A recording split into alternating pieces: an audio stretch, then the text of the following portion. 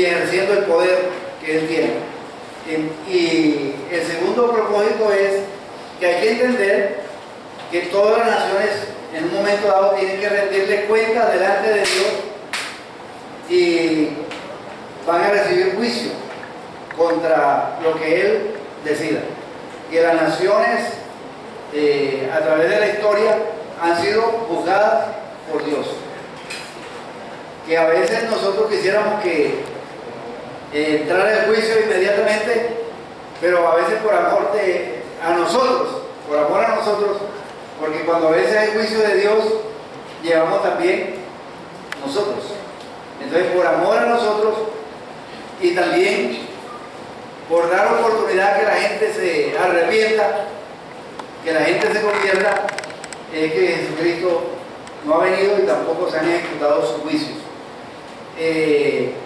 Pero que también el juicio comenzó por la casa de Israel, por su pueblo, y pasa a todas las naciones.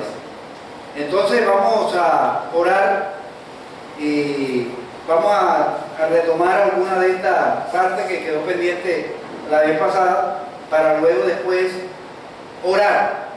Vamos a tener un tiempo de oración acá para orar para la intervención de Dios, para que Dios obre e intervenga como Él quiera.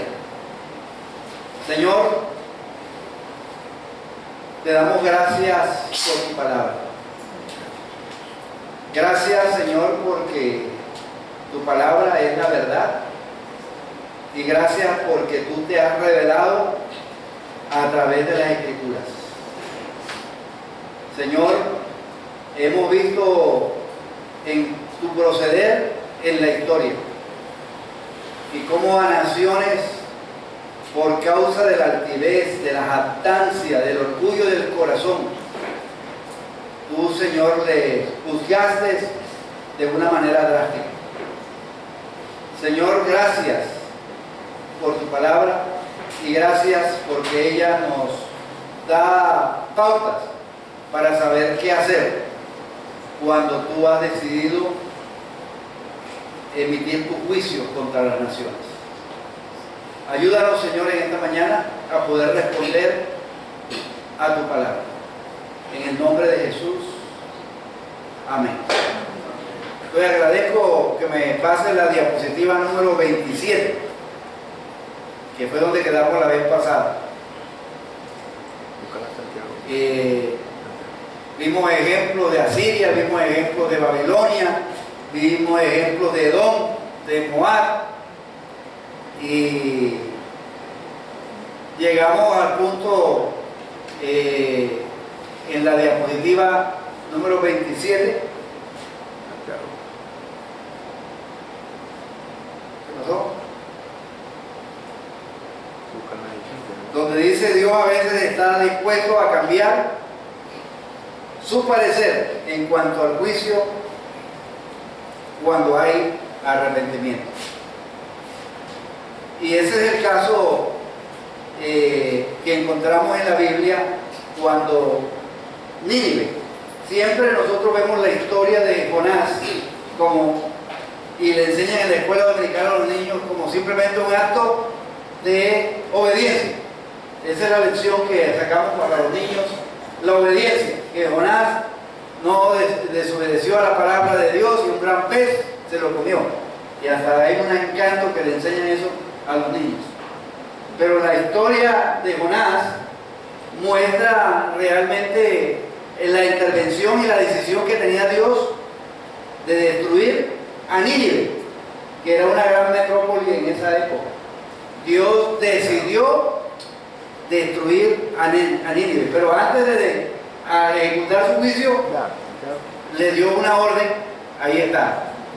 Dios le dio una orden a Jonás para ver si los ninivitas estaban dispuestos a cambiar su parecer. Y siempre Dios cambia su parecer cuando hay arrepentimiento. Cuando la persona decide, o una nación decide arrepentirse, y ustedes conocen la historia de Nínive, que Jonás Dios lo mandó para el norte y él salió para el sur. Y allá en el barco donde iba se formó una tremenda tormenta, como dicen los muchachos hoy, ese sí estaba salado. O sea, allá en el barco echaron suerte y la suerte cayó sobre Jonás. Y decidieron echar a Jonás al mar. Apenas que echaron a Jonás al mar, se calmó la tempestad y ese gran pez se comió a Jonás y lo tuvo allí hasta que allí se arrepintió Jonás. Primero se arrepintió Jonás y luego lo vomitó y luego fue a cumplir porque los ninivitas eran tremendos. Era por eso que Jonás no quería ir allá, eran tremendos. Pero al ir allá y a predicar un corto mensaje, Nínive será destruido en 40 días. Lo recorrió y eso produjo en la gente, desde el rey hasta los más pequeños, arrepentimiento. Proclamaron ayuno, se arrepintieron y ¿qué pasó? Dios detuvo su juicio. Aunque dice la historia que años más tarde se apartaron de Dios otra vez y ahí se vino el juicio. Pero en esa ocasión específica hubo algo que detuvo el juicio de Dios y es el arrepentimiento. Entonces, Dios a veces está dispuesto a cambiar su parecer. ¿Se acuerdan ustedes también el caso de Sodoma y Gomorra, que se mencionó aquí el domingo pasado? O sea, si hubiesen habido 10 justos o 5, o sea, Dios hubiese salvado,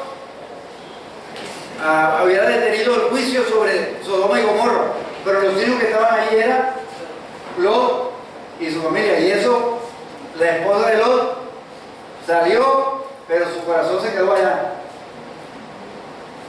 Y Dios destruyó a Sodoma y Gomorra. Ayúdame, por favor, avanzamos ahí mismo. Vamos a mirar Jeremías 18, 1 al 10. Entonces, vamos a leer. Gracias, Alexandra, por leernos ahí en Jeremías 18, del 1 al 10. Palabra de Jehová que vino a Jeremías diciendo: levántate y vete a casa del alfarero, y allí te haré oír mis palabras. Y descendí a casa del alfarero, y aquí que él trabajaba sobre la rueda. Siguiente. Y la vasija de barro que él hacía se echó a perder en su mano, y volvió y la hizo otra vasija, según le pareció mejor hacerlo. Entonces vino a mí palabra de Jehová diciendo: ¿no podré yo hacer de vosotros como este alfarero, o casa de Israel? Dice Jehová. He aquí que como el barro en la mano del alfarero, así sois vosotros en mi mano, oh casa de Israel. En un instante hablaré contra pueblos y contra reinos, para arrancar y derribar y destruir. Pero si esos pueblos se convirtieren de su maldad, contra la cual hablé, yo me arrepentiré de tal mal que había pensado hacerles. Ok, hasta allí. Bueno, el 9 también, por favor. Y en un instante hablaré de la gente y del reino, para edificar y para plantar. Pero si hiciere lo malo delante de mis ojos, no oyendo mi voz, me arrepentiré del bien que había determinado hacer. Regrésate un poquito al versículo 7 y 8, ahí. La primera parte del 1 al 6 es cuando Dios lleva a Jeremías a una casa, a la casa del alfarero, para que vea cómo trabajan el barro y cómo el barro en las manos del alfarero es el que tiene la autonomía, y el barro tiene que ser, como hoy que aprendemos en mi experiencia con Dios, moldeable, estarse quieto en las manos del alfarero, allí en las manos del alfarero. Pero la parte que sigue es la parte donde Dios dice que va a hablar contra los pueblos y contra reinos para arrancar y derribar y destruir. Esas palabras, arrancar, derribar y destruir, tienen una connotación de juicio. O sea, Dios va a ejecutar sus juicios. Pero hay un pero. ¿Y cuál es el pero que ustedes ven allí que puede ayudar a que no se arranque, ni se derribe, ni se destruya. Arrepentimiento. Exactamente, si esos pueblos se convierten de su maldad, o sea, convertirse de su maldad quiere decir que deciden no seguir el rumbo que venían trayendo, sino que hay un cambio de actitud, un cambio frente a esa situación y se convierten de su maldad. O sea, el convertirse de su maldad quiere decir que empiezan a hacer el bien, porque convertirse de la maldad no es simplemente decir yo me arrepiento del mal que he hecho, sino que hay que inmediatamente reemplazar la maldad por el bien, hacer el bien. Entonces Dios dice, yo me arrepentiré del mal que había pensado hacerles. Entonces miren, hay una acción de parte de Dios que puede cambiar, y es la acción de la gente frente a lo que Dios ha decidido. ¿Cuál es? El arrepentimiento. Cuando una nación, cuando una familia, cuando una ciudad decide cambiar el rumbo de su vida, así haya una decisión de un juicio de parte de Dios, puede cambiarse. Por eso decíamos que Dios a veces, y yo digo, y coloqué a veces intencionalmente, porque hay veces que ha sido tanta la maldad que ya no hay, si ya no hay nada que vaya, ya llegó hasta lo sumo la maldad de los hombres y tuvieron muchas oportunidades y no hubo cambio y quieren arrepentirse ya al último momento. Pero en ocasiones Dios obra y está dispuesto a cambiar su parecer en cuanto a juicio, porque hay arrepentimiento. Vamos al 9 y al 10. Entonces Dios habla a la gente y al reino para edificar y plantar. Entonces miren, la gente necesita, las naciones necesitan arrepentirse de lo malo delante de los ojos de Dios, no delante de la gente, porque a veces la gente, no, porque eso no es malo. Si hay otros que hacen algo peor que yo, o sea, entonces empezamos a medirnos y entonces a comparar nuestro mal con el mal que hacen otros, y nuestro mal es más pequeño. Entonces, no, es el mal que hacemos delante de los ojos de Dios, que Dios lo ve mal. Porque en nuestra sociedad hoy, a lo bueno le dicen malo, y a lo malo, bueno. Entonces ese no es el estándar, el estándar para medir lo malo nuestro no es lo de mi vecino, no es lo que piensa la sociedad, no es lo que el decreto que han dado, es lo que dice el Señor, lo que Dios ha establecido en su palabra. Y lo otro es cuando no oímos la voz de Dios, cuando no tenemos en cuenta lo que Dios ha dicho. Entonces Dios ha pensado, recuerdan ustedes en Jeremías 29 que dice que los pensamientos que tengo contra ti son pensamientos para hacerte el bien. Pero aquí Dios, al ver la maldad, al ver que no escuchan la voz de Él se arrepiente del bien que pensaba hacerles. Dios había determinado hacerles un bien a determinada nación, en ese caso particular al pueblo de Israel, pero la maldad, lo que estaban haciendo, ese bien que tenía Dios pensado, se convierte en mal, en juicio para ellos. Entonces, esas palabras que Dios le da a Jeremías son palabras fuertes. Pero esas palabras también, pasamos al siguiente. Ya hablamos del caso de Jonás y Nínive. Mientras buscábamos allí yo salté eso. Miren lo que dice 1 Pedro 4:17. Porque es tiempo, ya está hablando acá del Nuevo Testamento, porque es tiempo de que el juicio comience por la casa de Dios. Y si primero comienza por nosotros, ¿cuál será el fin de aquellos que no obedecen al Evangelio de Dios? ¿Qué piensan ustedes de ese versículo antes de leer y yo seguir con lo que estaba abajo? ¿Qué piensan acerca de ese versículo? Y entre ellos como agua también. Sería más terrible el juicio para aquellos que no conocieron a Dios que para nosotros. Ajá, puede ser, ¿qué más? Pero también dice que el justo que haya poquito medio se salva de que será el pecador y el impío. El juicio comienza primero con tu pueblo, la casa de tus hijos. Exactamente. También es como hay una advertencia implícita ahí, es que la gracia tampoco es motivo para abusar, o sea, en el sentido de que Dios nos redimió, ha pagado un precio por nosotros, pero que Él también es justo y a su pueblo también lo tiene que disciplinar. O sea, no se pierde por la gracia, no se pierde el hecho de que Dios sea justo y que nos discipline. Sí, entonces mire, es tiempo también de que el juicio comience por la casa de Dios. O sea, había naciones tremendas en los tiempos de Israel, pero Dios comenzó sus juicios por su pueblo. O sea, y luego empezó a hacer juicios en relación a los pueblos que tenían cosas en contra del pueblo de Israel. Y aquí dice que es tiempo de que el juicio comience por la casa de Dios. Entonces Pedro hace una reflexión. Y si primero comienza por nosotros, o sea, si cuando Dios va a ejecutar los juicios, o sea, comienza por nosotros, uno tiene que como que analizar y reflexionar. Tenemos la responsabilidad de estar alerta y velar por nuestra vida espiritual. Hay que hacer correcciones en nuestra vida por la palabra.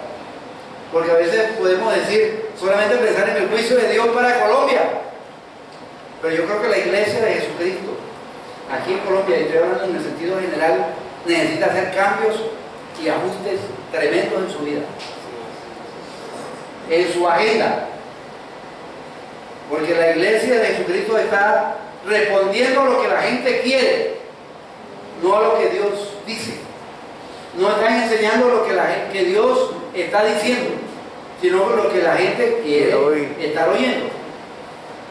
Entonces, en primer lugar, nosotros por la palabra y por el Espíritu Santo necesitamos corregir.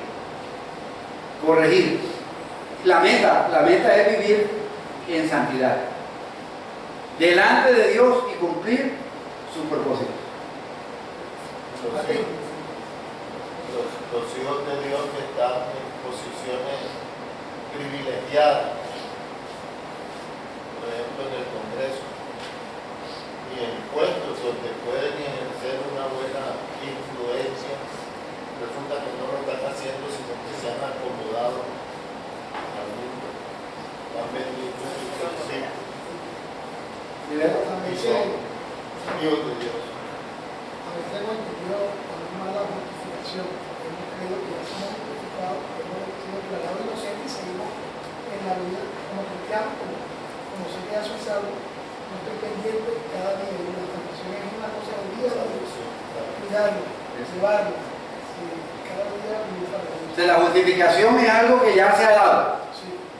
La santificación, hay una parte que es una parte que ya se ha dado, que somos sido declarados santos delante de Dios, pero hay algo que es también activo y progresivo, en que tenemos que ir creciendo en santidad. El mismo Pedro dijo que hay que ser santos en toda nuestra manera de vivir, en toda nuestra manera de vivir. Entonces, la meta de nosotros frente a los juicios de Dios es vivir en santidad delante de Dios. O sea, y eso me compete a mí en lo diario, eso me compete a mí en los aspectos diarios de la vida. Cuando, por ejemplo, me piden a mí, por ejemplo, voy a echar gasolina en una bomba y tengo que declarar esa factura para que me la reembolse, y entonces el bombero me pregunta ¿por cuánto se la hago? Ya, y ahí está si yo soy hijo de Dios, o sea, estoy frente a una tentación. O sea, Si yo le estoy echando 50, ¿por cuánto tengo que recibir la factura? Por 50. Pero hay personas, póngale ahí 70, yo te paso la liga. Y entonces sale por 70, recibió 50. Pero, Sí, me llama mucho la atención todo, muy concretamente el hecho de que se saquen mi pecado, no solamente me afecta a mi familia y a mis hijos. exactamente. Entonces, miren, por eso el juicio comienza por casa. Entonces, necesitamos día a día revisarnos y vivir a los estándares de Dios, porque hay muchas cosas en la vida en las cuales uno puede torcerse. Todavía hablan de la palabra se torció, pero a veces, y hay iglesias cristianas que se han torcido recibiendo dinero del narcotráfico, porque eso les deja un buen margen de entrada. Entonces lo han recibido. Yo les comenté aquí de una iglesia hermana en la fe, la iglesia del Paraíso, que fue tentada a recibir un dinero de una casa, supuestamente a través de una casa en Bogotá, pero que era dinero de narcotráfico. Entonces, sí, era una buena suma de dinero de una casa en Bogotá. Cuando hablamos de que Dios va a hacer el juicio y va a comenzar por nosotros, estoy pensando en que el pecado no es algo que entra por lo grande, sino que en nuestra vida cristiana va comenzando por pequeñas cosas. Nosotros estamos pendientes, estamos pegando por ahí, venimos a ver, entonces ya se vuelve evidente. Pero siempre comienza con las actitudes de nuestro corazón, con los pensamientos, con lo que damos cabida en nuestra mente y que lo rechazamos rápido. Y así como caemos como iglesia, con personas y luego como iglesias, nuestra oración ve entonces que la iglesia cristiana no es confiable, es hipócrita. Y así entonces la quemamos en nombre de Dios. Dice la Escritura que hay que estar pendientes de las zorras pequeñas. Creo que es en el libro de Eclesiastés, que las zorras pequeñas dicen que hay que cazarlas. Y yo pienso que las zorras pequeñas son como las ardillas, que en los sembrados, como son pequeñitas, uno piensa que no, pero los que han tenido siembra allá de maíz, saben que si no, esos hay unos animalitos que se llaman los ñeques, son pequeñitos, pero esos ñeques, eso destruyen y acaban cualquier cultivo. Entonces hay que estar pendientes y hay que cazarlos. Ahí en ese versículo me asalta una duda. Dice que el juicio de Dios comienza por la casa de Dios, pero ese juicio no se ejecutó ya en Jesucristo. Bueno, leyendo el contexto, está hablando acerca de la destrucción que va a haber acá de la tierra y tal cuestión. Entonces tiene que ver también, no tanto del juicio primero, sino por el juicio más bien como por las obras que hemos hecho de lo que se llama el tribunal de Cristo. Y también el hecho de que, dice un comentarista, que los pecados personales se van siendo un cúmulo y se llegan a convertir en pecados colectivos. Llegan a ser pecados colectivos en los cuales Dios lo ve no solamente que es que los gobernantes son los corruptos, sino que hay una corrupción a nivel social, a nivel de todo el tejido humano. Y eso es lo que está pasando con la corrupción, que no solamente la corrupción es allá arriba, eso está entramado en todas las esferas, en toda la sociedad, ha permeado toda la sociedad. Y yo interpreto acá este versículo que es necesario que el juicio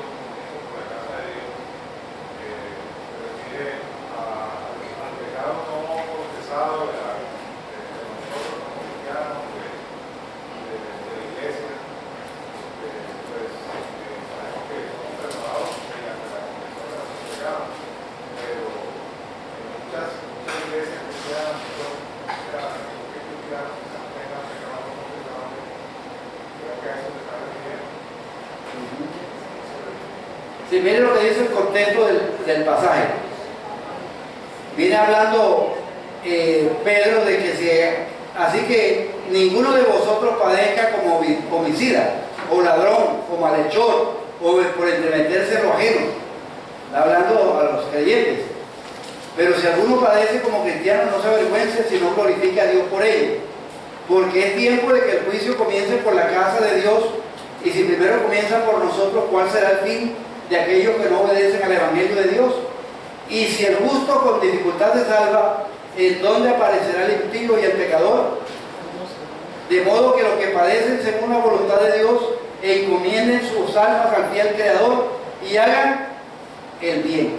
O sea, está hablándole a los creyentes allí de que estén dispuestos a padecer, pero padecer por el bien, no por ser acusados de ladrones, de homicidas, de malhechores, por entremeterse en lo ajeno, sino si estén dispuestos a sufrir por eso.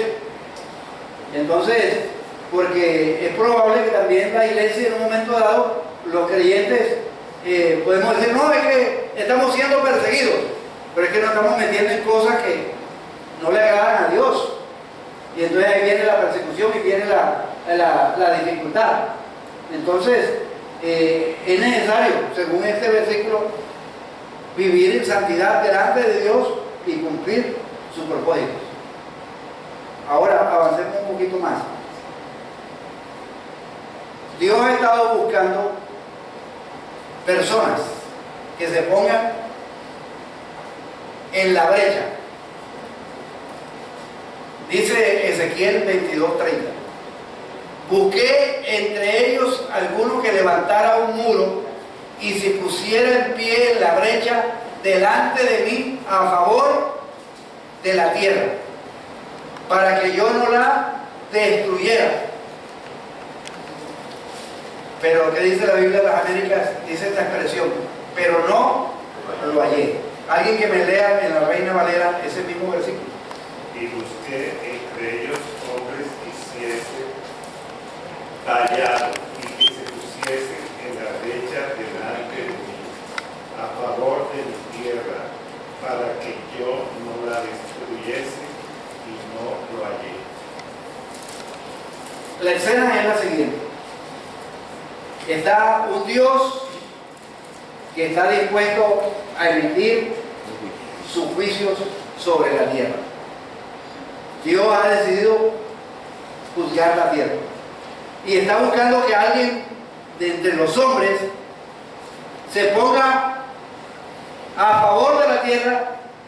Ahí dice, para que yo no la destruya. O sea, ¿qué papel haría esa persona? Papel de Abraham. El intercesor, o sea, el papel que hizo Abraham, Moisés, o sea, interceder. ¿Se acuerdan el caso? Gracias por citar ese pasaje de Moisés, porque Moisés en un momento dado, Dios le planteó, mira, vamos a acabar con esta gente y voy a arrancar contigo una nueva nación. Eso es llamativo, o sea, ahí se me acabarían todos los problemas. Pero Moisés dijo, no Señor, ¿qué van a decir de ti? ¿Cómo tu nombre va a ser blasfemado entre las naciones? Van a decir que tú los sacaste de la tierra allá para matarlos en el desierto. No, Señor, eso no es posible. Moisés se puso en medio de la brecha. Se puso en medio, en pie, delante de Dios. Señor, detén tu juicio. Y yo me temo, mis amados hermanos, que en estos tiempos probablemente Dios no encuentra ese tipo de personas que se pongan en la brecha para evitar el juicio de Dios. O sea, para Dios debe ser muy triste que Dios esté buscando hombres que se pongan en la brecha y no los hallé. Dice, y no lo hallé. Necesitamos hoy hombres y mujeres que nos pongan, y ahí viene la intercesión, a interceder individualmente como familia, como iglesia, a orar e interceder a favor de la tierra. Miren, en la Biblia encuentra uno oraciones de Esdras, de Nehemías, que se pusieron, como dicen por ahí, se pusieron la camiseta. Y ellos dijeron, contra ti hemos pecado, hemos hecho lo malo. O sea, eso es interceder, o sea, de ponerse en el lugar de Dios. Detén tu ira, detén, Señor, no nos destruyas, Señor, porque hemos pecado contra ti. Aquí nos arrepentimos. Miren, los judíos tenían algo que se vestían de un saco de silicio.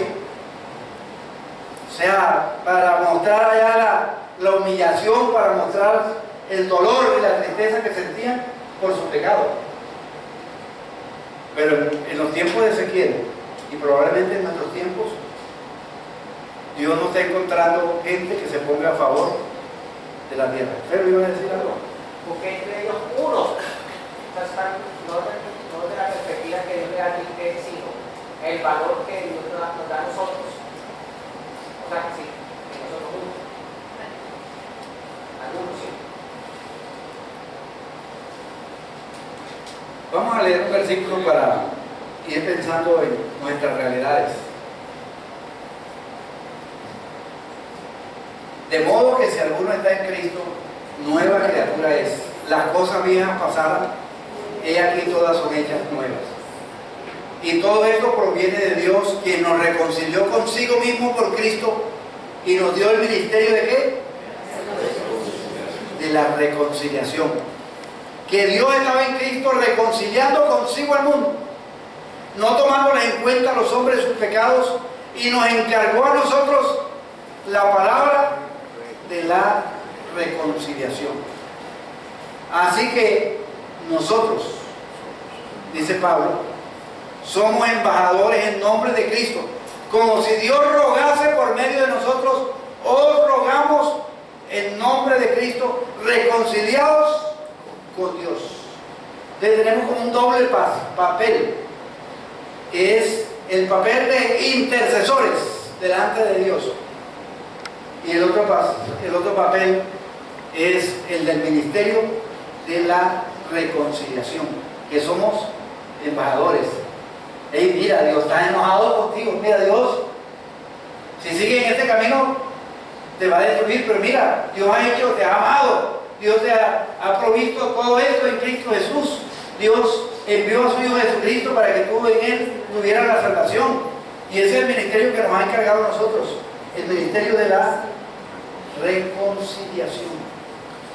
Pastor, yo pienso que también algo grave de eso es que, además de que no estamos siendo las personas que Dios está buscando diligentes en interceder, en ser sensibles a toda la parte general de cómo está la situación social, estamos permitiendo con esa pasividad que avancen otras cosas que son absurdas. Yo tengo agregada una compañera egresada de la universidad que estaba festejando, creo que el tema de la muerte de Camilo Torres, el que fue del ELN. Creo que Camilo Torres era un cura, y en una de las canciones que cantaba decía: si el evangelio se unió con las armas.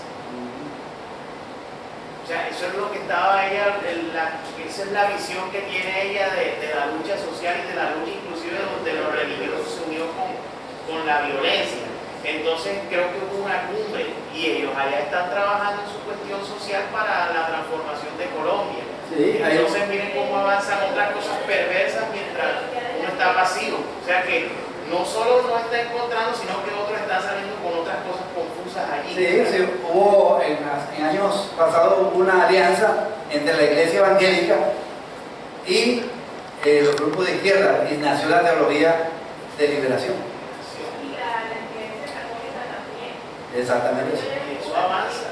Sí, exactamente, un movimiento que se podía alcanzar los cambios en esa fusión. Entonces, mis amados hermanos, la pregunta es, sabemos que Dios está soberano, es soberano sobre la tierra, que Él está activo en el mundo, pero ¿qué estamos haciendo nosotros al saber que Dios va a juzgar las naciones?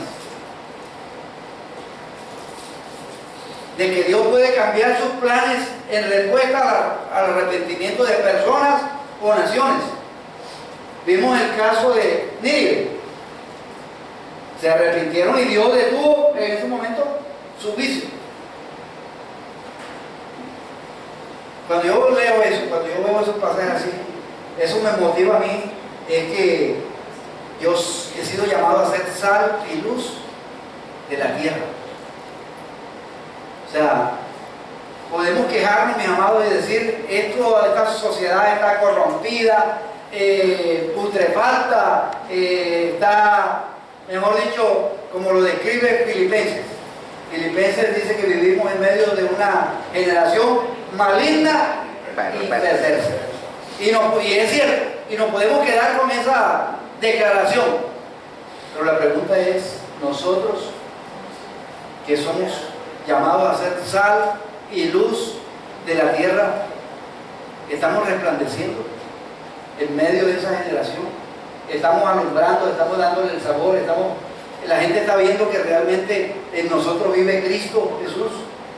Estamos nosotros ayudando a la gente a que se reconcilie con Dios, porque somos embajadores. Somos embajadores. Y el embajador tiene que representar bien a su país. El embajador no se representa a sí mismo, representa a un gobierno. Somos llamados a ser embajadores, como si Dios rogase por medio de nosotros. O rogamos en el nombre de Cristo, reconciliados con Dios. Lo primero que tenemos que hacer como resultado de este estudio es, por favor, ayúdame, allí hay otra, en el escritorio hay otra en PowerPoint que se llama la importancia de la oración para frenar el juicio de Dios. Y esta mañana, adicionalmente, al ser nosotros sal y luz de la tierra, estamos llamados, al final hay unos motivos de oración. Al final se te busca. Esa se queda ahí. Al final hay unas, ok, el número 1, anterior a esto, ok. Hay aquí unos motivos de oración como respuesta a la búsqueda de Dios de un hombre y cuando dice hombre en la escritura está refiriéndose también al sexo femenino, que se ponga hombre o mujer, que se ponga en la brecha. Y yo quisiera que por lo menos tengo 5 peticiones en las cuales quiero que ustedes participen, y eso simplemente es una guía. Si Dios le está dirigiendo a usted a orar en este sentido o de otra manera, pero basado en esa petición, que es como resultado de lo que hemos venido hablando, para detener el juicio de Dios. Y yo he pensado en Barranquilla recientemente. Por eso, la primera petición que yo quiero que alguien se coloque en pie y ore es orar por los miembros de la Iglesia Bíblica Peronía. Orar por nosotros, para que haya conciencia de vivir para Dios, de que somos sal y luz, obedeciendo sus mandamientos y siendo guiados por sus principios en su palabra, para agradar a Dios y tener buen testimonio ante el mundo. Eso es vital para detener los juicios de Dios. O sea, es que nosotros vivamos para Dios. Y eso implica también lo que mencionábamos, vivir en santidad, porque el juicio comienza por casa. Alguien que se ponga de pie y en voz alta ore al Señor basado en esta petición. Pastores, si formamos un grupo. Vamos, es que tengo otra para grupos ahorita. Por eso dice oración en grupo grande.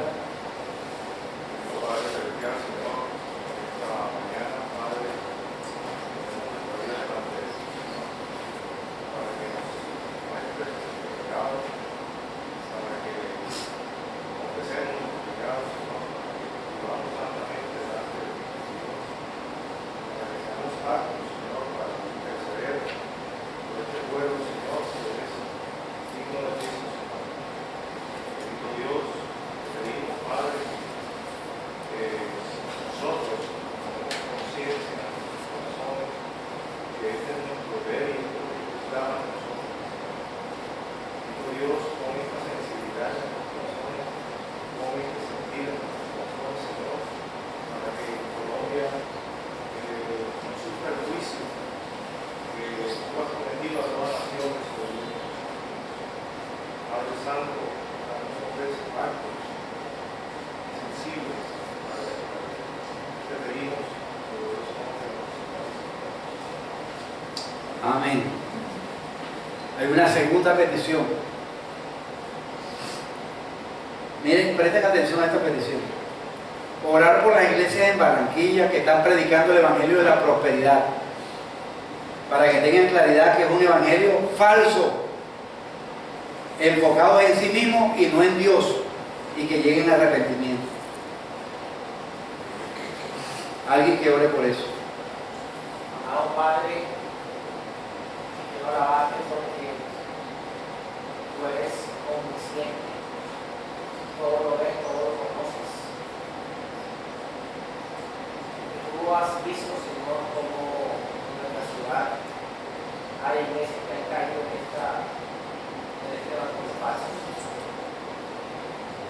Y han caído en eso, Señor, porque han decidido y han abierto puertas para eso, Señor. Y el enemigo se ha sentado en esa iglesia, nos está poniendo ser como pez en el agua, distrayendo, trayendo las consecuencias que eso trae para nuestra ciudad. Por eso han estado muy pedidos que tomen adelante de esa iglesia, el pastor, para que el equipo de líderes, para que sus ojos, Señor, espirituales sean confrontados, para que esa semilla que alguna vez fue sembrada en sus vidas para influenciar de fruto, que ellos se arrepientan y haber guiado a las congregaciones por ese camino torcido. Haz la obra, Señor, y dirige poderosamente. En el nombre poderoso de Cristo Jesús. Amén. Tercera petición. Orar en contra de la influencia del carnaval en Barranquilla, porque su naturaleza va en contra del evangelio y la santidad de vida. Es un plan del diablo para atrapar a personas en su garra, pensando que pueden vivir de cualquier manera y que no es necesario tomar en cuenta a Dios en sus vidas. En síntesis, eso es el carnaval. Entonces vamos a orar en contra de esa influencia. Que alguien se coloque de pie y ore por eso.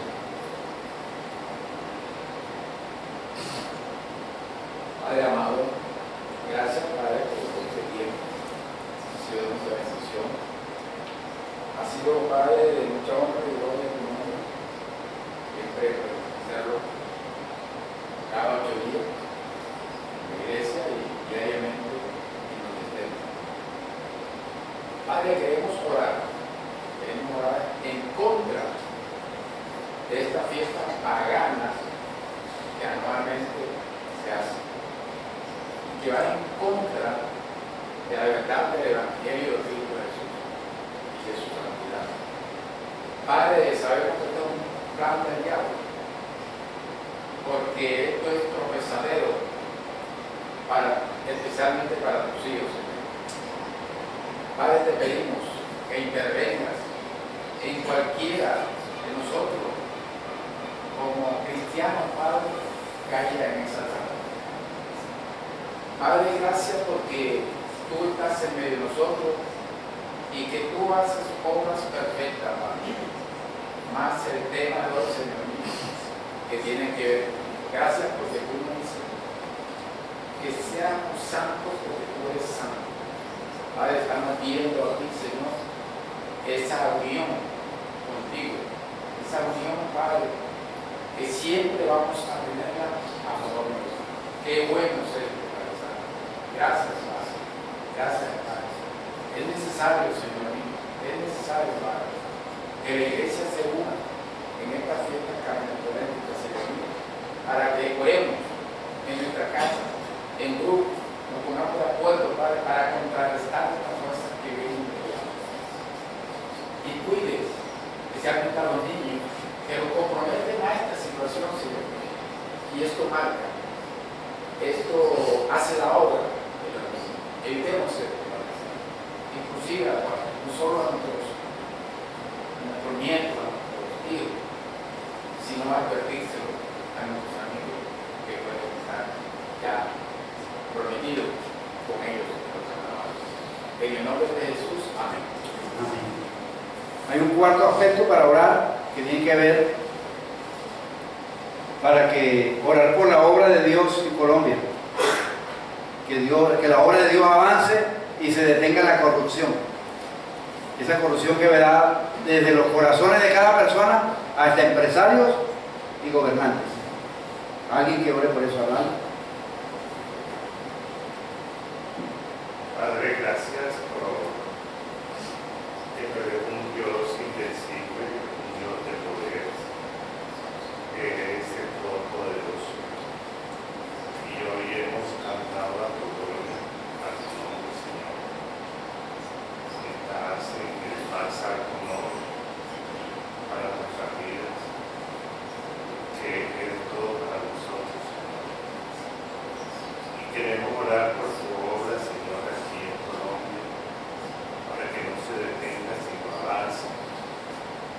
Que muchas iglesias sean instrumentos para que corra el Evangelio de Cristo, este Evangelio de amor que tú das a cada persona y que trae libertad, un Evangelio que cambia vidas, Señor, un Evangelio que da la misma vida, Padre, porque tú eres la vida y tú eres verdad, Señor.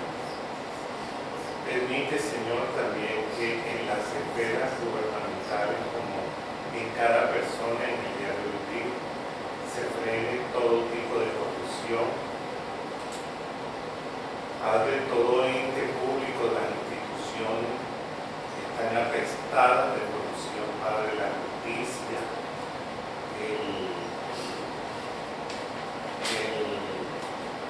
Congreso de la República, la Presidencia de la República, todo está atestado de corrupción. Permite que esto se frene, que tu palabra pueda correr y no regrese vacía, para que se convierta en latinas en la camino. Permite, Señor, que en el corazón de cada persona haya cambios cuando llegue la palabra tuya, y que esta palabra sea fructificada en este corazón, y que haya personas nuevas, Padre, nuevas para que haya una economía que impacte también, como decía el hermano Roberto, en estas esferas gubernamentales, que necesita personas cristocéntricas. Y como decía Sara en alguna vez, que cuando un cristiano llega a estas instituciones, está en autoridad, Padre. Bendito sea el Señor, que tú eres el Señor de la mies, tú eres el Señor de la obra. No la detengas, Señor, por favor, que esto avance Colombia aquí en Barranquilla, que tanto necesita. Somos tus instrumentos, Señor, úsanos para tu nombre y tu gloria. En el nombre de Cristo Jesús. Amén. Amén. Y vamos a orar por una quinta petición. Orar para que haya luz de la palabra de Dios, para entender el propósito de la llegada de Jesucristo a la tierra, para morir en nuestro lugar, para redimir a los pecadores. Orar por conversiones a Cristo. Orar por transformaciones de vida y cambios favorables en la sociedad como consecuencia. Entonces, oremos, que alguien ore específicamente por eso, para que se entienda el Evangelio de Jesucristo, haya conversiones, vidas transformadas, y eso produzca cambios en la sociedad. Alguien que ore, por favor.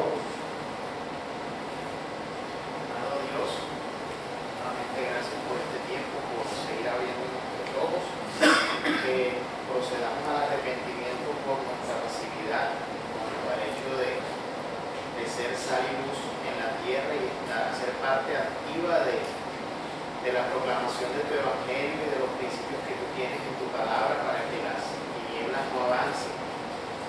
Te queremos pedir, oh Dios, que tú sigas preparando y haciendo sensibles muchos corazones en esta ciudad y en general general en el país para que estén preparados y dispuestos a entender el Evangelio, para que el Espíritu Santo les afecte de manera tal que sea claro para su corazón, para sus ojos espirituales, para su conciencia sobre la justicia y juicio y el pecado que ha gobernado sus vidas y que procedan al arrepentimiento de Dios. La mies es mucha, dices tú, y que los obreros son pocos. Desde siempre ha habido corazones dispuestos y ávidos de conocerte a ti. Y desde siempre también, oh Dios, tú has puesto a tu iglesia, has puesto a hombres genuinamente convertidos, hijos tuyos, oh Dios, afectados tremendamente por el Evangelio para influenciar aún aquellos que han tenido un corazón rebelde ante ti, aún aquellos que profesan con tu boca que te desprecian y te odian, oh Dios, pero a través del amor, a través de que personas genuinamente convertidas que te han reflejado, estas personas han sido quebrantadas en su corazón. Yo te pido, Dios, tanto lo uno como lo otro, que tú sigas preparando obreros para ir a la mies y que cada día hagas más sensible a las personas para que puedan proceder a la transformación de su vida a través del Evangelio, Dios, y que esto sea extensivo y que pueda haber una conversión general en Colombia, Dios, que Colombia pueda ser rendida a ti. Hace un tiempo yo tuve la oportunidad de ir, oh Dios, a la quinta de San Pedro Alejandrino y cómo en la historia Bolívar dedicó la liberación de los pueblos, creo que a una diosa griega. Y mi conclusión es que desde el principio hemos estado amarrados precisamente al paganismo, a ser objetos de culto y de adoración y poner a cada uno de los habitantes históricamente de estas naciones a dioses paganos. Yo te pido que tú cortes con todas esas maldiciones, oh Dios, que desde el principio de la colonia, desde el principio de la historia republicana y todo esto, Dios, se han puesto los gobernantes a favor de que las tinieblas avanzaran y de amarrar a Colombia, Dios. Te pedimos que tú cortes todo lazo de maldición con este tipo de cosas. Te pedimos esto en el nombre de Cristo Jesús. Amén. Vamos a formar grupitos de 8, 6 grupitos de 8. Y tengo unos voluntarios aquí que son Gustavo, Víctor, Robinson, que van a